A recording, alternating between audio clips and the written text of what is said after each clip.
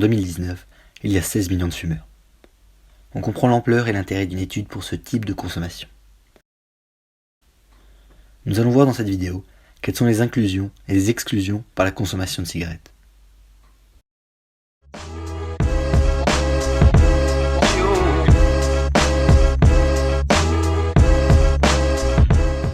Je m'appelle Lucas, j'ai 25 ans et j'habite à Nancy. Philippe, 63 ans, retraité, 3 enfants. Est-ce que tu as déjà fumé?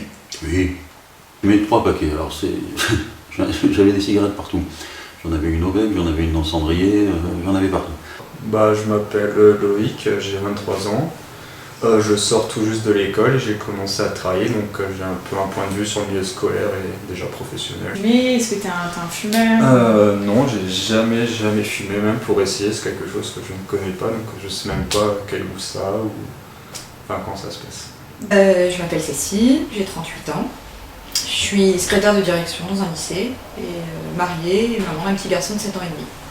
Alors, je m'appelle Gaëlle Braun, je suis étudiante en Master 1 Marketing à l'IAE de Nancy. T'as été fumeuse? J'ai été fumeuse pendant 6 ans.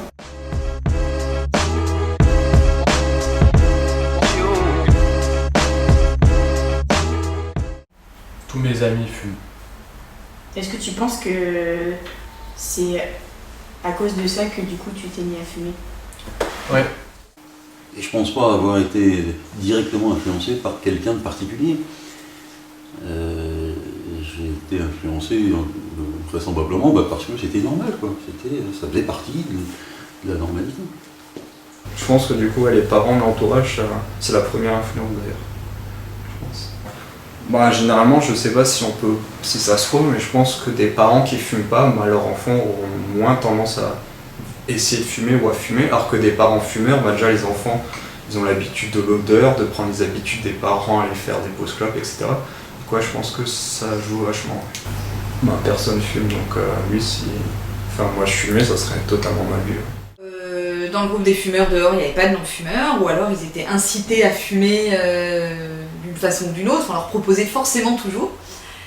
Et dans le groupe des non-fumeurs, on était incités à pas fumer, il y avait un petit peu ça. À la fac, quand j'étais à la fac, tous mes amis étaient fumeurs. Et qu'est-ce qui t'a poussé à commencer alors? C'est mon entourage.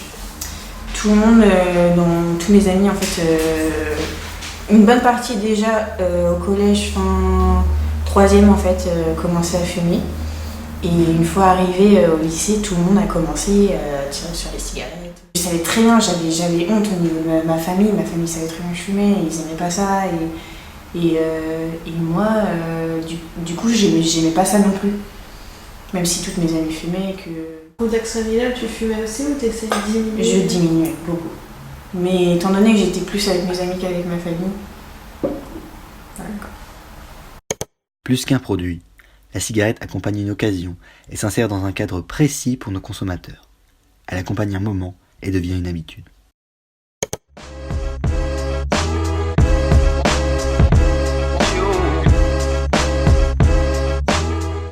Est-ce qu'il y a des moments particuliers dans la journée où tu vas avoir envie de fumer, où tu vas fumer? Ouais. Le matin, en me levant, là par exemple, en ce moment, je descends, avant d'aller chercher ma Vespa, je vais fumer, je fume une clope. Avant de commencer quelque chose, je fume une clope. Quand j'ai terminé quelque chose, je fume une clope. Et c'est quoi le quelque chose? Pour moi, quand c'est quelque chose, c'est, je sais pas, si je vais commencer à bosser, tu vois, bosser mes cours ou quoi, je dis vas-y, je fume une clope avant. Et après, je me mets à bosser. Si j'ai fini de bosser, je me dis, j'ai bien mérité ma clope. Je sais pas, je finis de manger, je fume une clope. C'est pas vraiment une récompense, tu vois. C'est un besoin. Tant que ça, mais je fumais tout le temps. Je me réveillais la nuit pour aller fumer. On avait déjà eu une première loi qui nous interdisait de fumer. Moi j'avais mon petit cendrier portatif à chaque réunion d'encadrement, des choses comme ça. Je fumais, je sortais mon petit cendrier et je fumais. C'est quoi un truc qui encourage plus? Déjà c'est d'être à l'extérieur plutôt qu'à l'intérieur, parce que j'ai cette habitude de ne pas fumer à l'intérieur, donc forcément l'hiver attire moins la cigarette que l'été si on fait un barbecue à l'extérieur ou qu'on part en balade, qu'on est beaucoup dehors, quoi. Voilà, c'était une petite clope à la sortie des... Enfin, à la récré, en sortant des cours et tout. La pause en cours, c'est pas pareil, c'est pas... Tu sais pas trop quoi faire en fait. C'était vraiment une pause quand t'avais ta cigarette. Là, c'était vraiment une période où t'étais pas en cours. Je vais avoir envie, une fois que j'ai bu l'alcool, et ça m'arrivait, surtout en période d'examen, de demander des fins. Plus qu'un produit, la cigarette accompagne une occasion et s'insère dans un cadre précis pour nos consommateurs. Elle accompagne un moment et devient une habitude.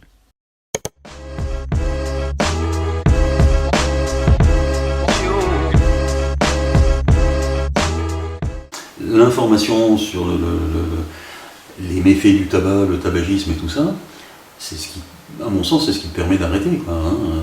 En tout cas, moi, c'est ce qui a la prise de conscience et c'est ce qui m'a fait dire, mais attends, je suis en train de me suicider avec leur machin.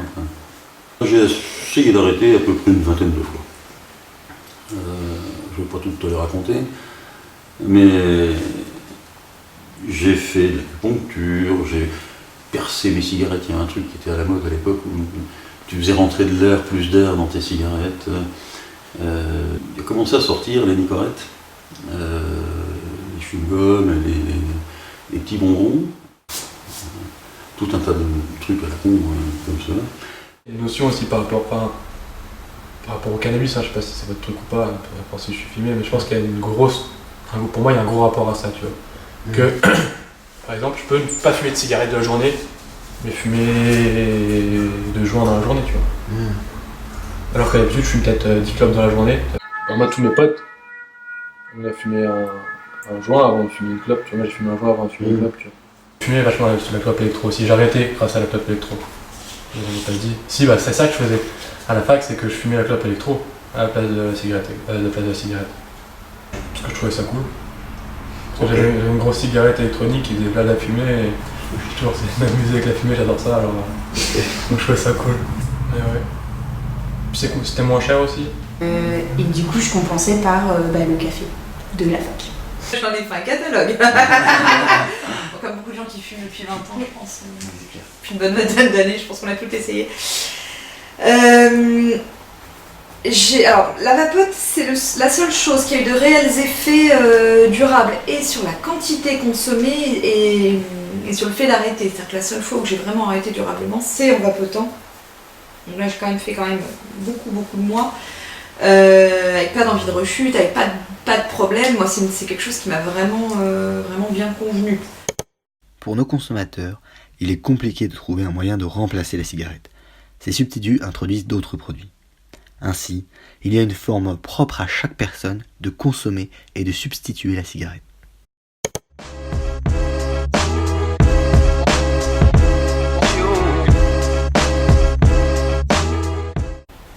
On est à une époque où on sait très bien que c'est mauvais pour la santé, que c'est une mauvaise chose. Les messages de santé publique sont assez passés, donc on en est conscient, faut pas se leurrer. Quand on est fumeur, on est un peu mal vu dans le sens où on est des méchants qui polluent la planète. Tu vois, j'ai encore vu un truc sur Insta, oh les fumeurs, nanana, arrêtez de jeter vos mégots de cigarettes par terre, et tu vois, après fait une représentation des fumeurs qui jettent leurs mégots de cigarettes par terre. Et quand tu vas voir quelqu'un jeter son mégot de cigarette par terre, tu vas dire qu'il tue les petites tortues, tu vois. Si des fumeurs, on est vachement stigmatisés. Il y a toujours un regard, une réflexion, un truc, même s'ils nous aiment bien et qu'on s'entend bien avec eux, il n'y a pas de souci, il y a toujours le regard de la personne qui fume. Genre pour lui, il juge dans sa tête la personne qui fume. Et les gens qui ne fument pas ont tendance à juger, à tort ou à raison, peu importe, une personne qui fume.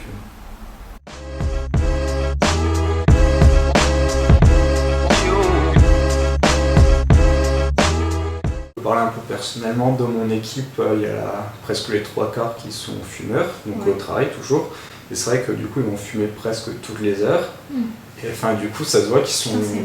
Ça se voit que nous, on loupe des choses d'un point de vue professionnel, mais aussi personnel, parce que du coup, ils sont vachement complices entre eux parce qu'ils partagent un centre d'intérêt commun, je sais pas si on peut dire ça, mais du coup on remarque, avec mes 2 autres collègues qui sont dans mon bureau, on est exclus vis-à-vis de ça parce qu'on loue plein de choses pendant ces pauses club. Dans d'autres conditions de boulot où tous les fumeurs sortaient ensemble, on se rend compte qu'on connaît mieux et qu'on a plus de... c'est plus facile de travailler avec les gens qui sont venus fumer à la pause parce qu'on a échangé d'autres choses, qu'on se connaît peut-être un peu mieux.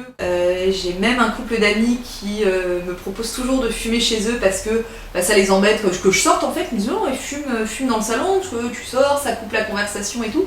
Et je suis même limite gênée d'allumer ma cigarette dans leur canapé alors qu'ils ne fument plus depuis 20 ans et que... voilà. Et j'ai l'impression que peut-être là, dans cet exemple-là, c'est plus eux qui vont avoir l'impression d'être exclus parce que je sors fumer que moi qui me sens exclue de sortir. Peut-être que je me sentirais plus exclue si j'avais besoin d'aller fumer ma cigarette toutes les demi-heures, 3 quarts d'heure, comme quand j'en fumais 20-25 par jour. Peut-être que là, je sentirais que j'ai des relations plus hachées avec les gens. Le phénomène d'inclusion et d'exclusion par la cigarette se retrouve dans le milieu professionnel et dans le milieu privé. On observe aussi une distance sociale entre les fumeurs et les non-fumeurs. Et on va observer un rapprochement entre les personnes fumeuses entre elles et les personnes non fumeuses entre elles.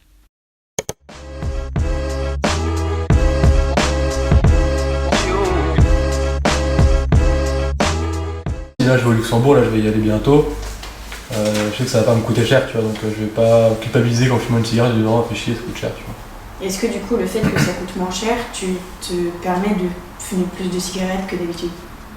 Oui. Ou même juste fumer genre 5 tafs de 5 barres dessus et l'acheter, tu vois. Je pense que si t'as moins de sous, du coup, si par exemple tu veux peut-être réguler ta consommation et pas en consommer une pour rien. Il y a beaucoup de fumeurs qui fument ce qu'ils peuvent se payer. C'est quand même une différence entre des cigarettes toutes faites, des cigarettes en tube, etc. Ça a quand même un prix important. Et j'en ai plein qui m'ont déjà dit ouais, t'as des thunes, file-moi des clopes, t'as des vrais clopes, qui viennent me taxer 1 ou 2 clopes parce que ça leur fait plaisir de fumer les miennes. On préfère fumer quelque chose qu'on aime moins que de pas fumer. Je veux dire, même si t'avais pas eu trop de thunes, t'aurais toujours consommé des cigarettes, t'aurais fait en sorte de supprimer d'autres choses, c'est ça que je veux dire. Ah oui, financièrement oui, c'est le problème de l'addiction, c'est que on n'est pas logique. C'est pas usurpé le terme de drogue, hein. Ça va être les mêmes mécanismes que quelqu'un qui a besoin d'argent pour se payer une dose de cocaïne.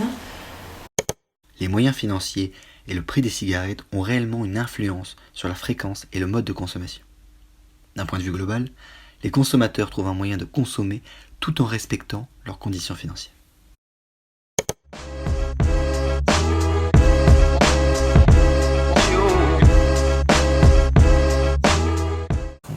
Je t'ai dit, il y avait 63 ans.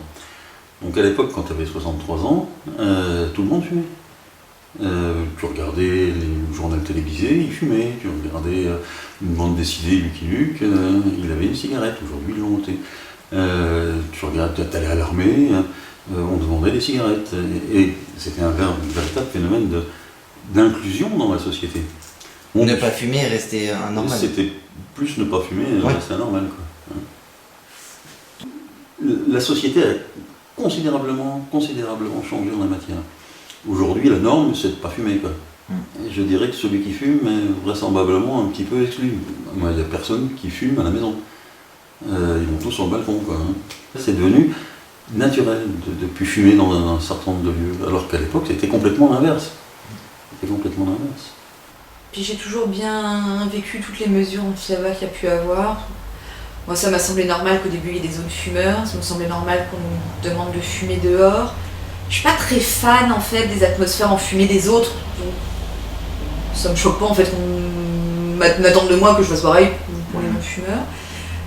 Et puis c'est vrai qu'au boulot, j'ai de moins en moins de collègues qui fument, tous mes boulots confondus de ces dernières années, j'ai vu vraiment que ça diminuait, etc. Ouais, c'est pas un moment d'inclusion ni d'exclusion en fait la cigarette. Peut-être plus quand t'es jeune, quand au lycée, les gens qui fument, c'est les gens qui veulent se donner une image, etc. Mais je pense pas que plus on grandit, là j'ai 25 ans, je pense pas que... Moi je m'en tape que les gens ils pensent que je fume ou que je fume pas. C'est pas ma raison d'être. Après dans un groupe, le fait de fumer ou pas fumer, je pense que ça joue mais en dessous de la vingtaine. pas au-dessus. Je pense que plus tu grandis, plus les gens ils s'en fichent que tu fumes ou pas.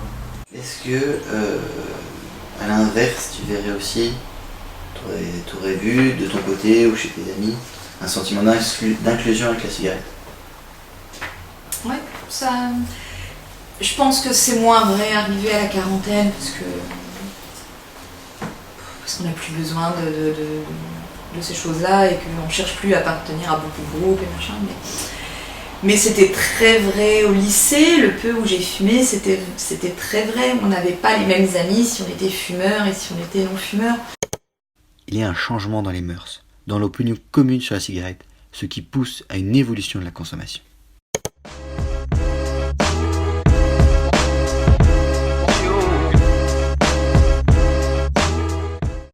Le phénomène d'inclusion et d'exclusion par la cigarette fonctionne à double sens. Il concerne autant les fumeurs que les non-fumeurs. On a observé deux milieux, le professionnel et le privé. L'exclusion engendrée par la cigarette crée une distance sociale entre les fumeurs et les non-fumeurs. A l'inverse, la cigarette va rapprocher les personnes non-fumeuses entre elles et va rapprocher les personnes fumeuses entre elles aussi. Cela va créer des groupes aux caractéristiques et aux pratiques de vie communes. Il est important d'évoquer le fait que ce phénomène d'inclusion et d'exclusion découle de facteurs très différents. L'entourage, les différentes représentations sociales et spatiales, ou encore l'aspect financier. Ces facteurs ont une influence directe sur les pratiques de consommation, la conscience écologique ou encore la santé. La santé étant un sujet de plus en plus prédominant dans le cercle des fumeurs et au sein des gouvernements. De plus, ayant étudié des profils différents, nous avons pu mettre en avant des pratiques et des points de vue différents en fonction des générations. On parle d'effet cohorte. Il y a 60 ans, le tabac est vu comme une norme et un moyen de s'inclure pour tout le monde. Depuis une vingtaine d'années, le tabac reste un moyen d'exclusion pour les lycéens, les moins de 20 ans. Après cette période, notamment grâce aux communications de l'État, il est vu comme nocif pour la santé. Le nombre de fumeurs continue de baisser d'année en année. La cigarette étant un moyen d'inclusion au lycée actuellement, on pourrait s'interroger sur quels sont et seront ces nouveaux moyens d'inclusion qui viennent substituer le tabac.